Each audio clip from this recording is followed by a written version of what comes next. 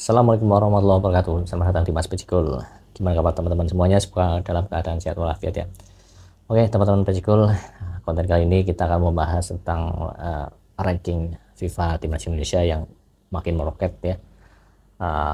Setelah kemarin 2 kali menang melawan Vietnam di kualifikasi Piala Dunia, dan tentu saja ini suatu kebanggaan bagi kita semua sebagai pendukung timnas, karena sekarang Indonesia berada di posisi 134. Tapi memang seperti yang kita ketahui, itu butuh proses dan butuh perjuangan yang luar biasa, terutama untuk Coach Sintayong ya, yang awal datang itu sekitar 170 sekian lah, saya lupa berapa, 170-an.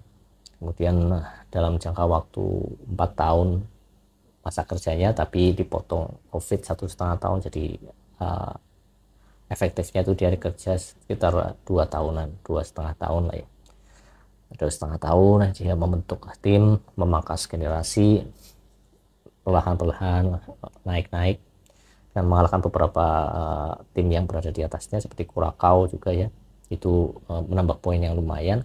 Kemudian kemarin saat melawan Vietnam 3 kali itu juga mendapatkan poin.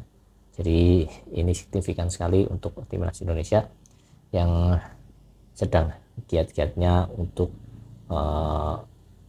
naik peringkat FIFA ya, seperti yang diaturkan oleh Ketua Umum PSSI Erick Thohir, bahwasanya beliau menargetkan bahwa timnas kita harus tembus 100 dunia di tahun 2025 ya, 2025, dan itu bukan hal yang mustahil ya, bukan hal yang mustahil, karena satu langkah lagi, yang pertama satu langkah lagi kita bisa lolos ke babak ketiga kualifikasi Piala Dunia, tentu saja dengan syarat mengalahkan Irak dan mengalahkan Filipina, atau mengalahkan Filipina dan menahan seri Irak.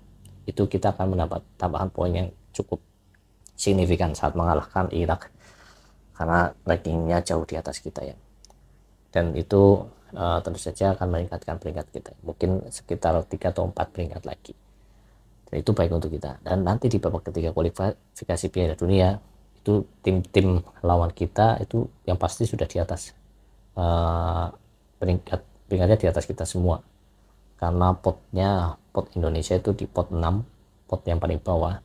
Jadi kemudian di atasnya ada Jepang, ada Australia, ada Iran, kemudian ada Arab Saudi, ada Uni Emirat Arab, ada Yordania, dan mereka itu tim-tim yang di atas kita. Tentu saja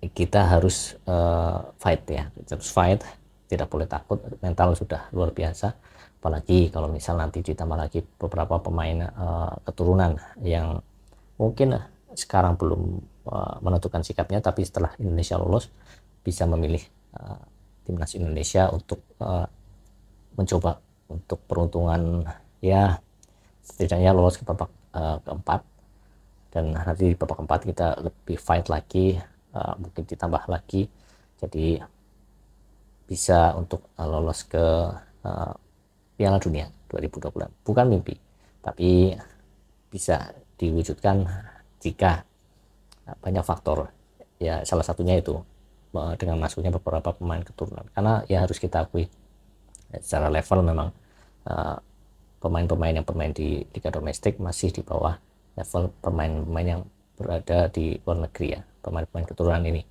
Jadi ini untuk menunjukkan, untuk meningkatkan persaingan dan untuk meningkatkan motivasi pemain-pemain lokal kita. Jadi bukan untuk menghancurkan mimpi-mimpi pemain-pemain liga domestik, enggak, justru malah harusnya kalau mental pemenang ya, mereka harus fight.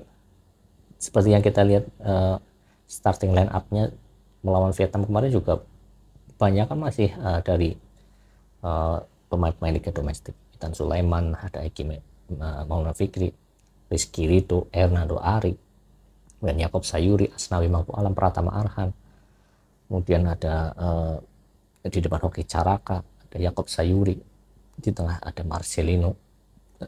Ini banyak sekali pemain liga domestik dan juga pemain-pemain Indonesia yang lahir di Indonesia itu bermain di starting line up-nya Sintayong. Jadi Sintayong ini memang ingin memix dengan pemain keturunan ya, agar pemain-pemain yang domestik ini bisa meningkat lagi secara performa, secara kualitas ya. Seperti Pratama Arhan contohnya. Dengan adanya pemain-pemain yang di pos kiri ini semakin banyak, Shen Patinama, ada yang terbaru Nathan Chuaon, belum nanti ada Calvin Verdong kalau jadi. Tentu saja ini akan menambah persaingan yang luar biasa. Jadi ada 5. Nanti kalau misal Calvin Verdong jadi, Nathan Chuaon, Shen Patinama, Pratama Arhan, Edo Febriansyah. Ini kedalaman yang sangat baik dan juga persaingan yang sangat sehat. Dan untuk meningkatkan performa dua pemain ini, Edo Febriansyah dan juga Pratama Arhan, agar tidak berleha-leha, mereka harus meningkatkan kualitas mereka. Pratama Arhan yang kemarin di Tokyo Verde minim menit bermain, tapi masih dipercaya Coach Sintayong karena masih dibutuhkan tenaganya dan sangat dibutuhkan. Kemarin dibuktikan dengan lemparan ke dalamnya yang memang sangat bagus sehingga menghasilkan gol Egi Maulana Fikri ya melawan Vietnam, dan itu masih dibutuhkan. Jadi pemain-pemain lokal, pemain-pemain domestik itu jangan kecil hati, justru harus termotivasi dengan adanya pemain-pemain keturunan ini, dan itu nanti akan membuat performa timnas Indonesia meningkat, sehingga dalam menghadapi tim-tim yang di atas kita minimal bisa memberikan perlawanan atau menahan imbang, dan bukan tidak mungkin memenangkan pertandingan melawan mereka, karena kita sekarang walaupun ranking 134 tapi secara permainan sudah di 100 besar nih harusnya. Jadi bukan mustahil lah kita bisa mengalahkan tim-tim yang di atas kita. Mungkin Jepang, Iran, Arab Saudi mungkin belum bisa mengalahkan mereka, yang Australia belum bisa.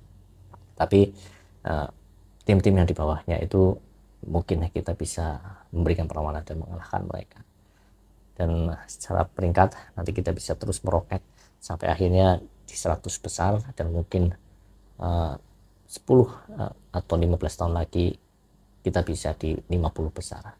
Jadi itu bukan mimpi, tapi kita harus termotivasi, pemain-pemain juga harus termotivasi, apalagi pemain-pemain liga domestik dan juga pemain-pemain keturunan sudah menjadi warga Indonesia, sudah menjadi satu timnas Indonesia untuk tujuan yang satu, yaitu Indonesia mendunia, Garuda mendunia.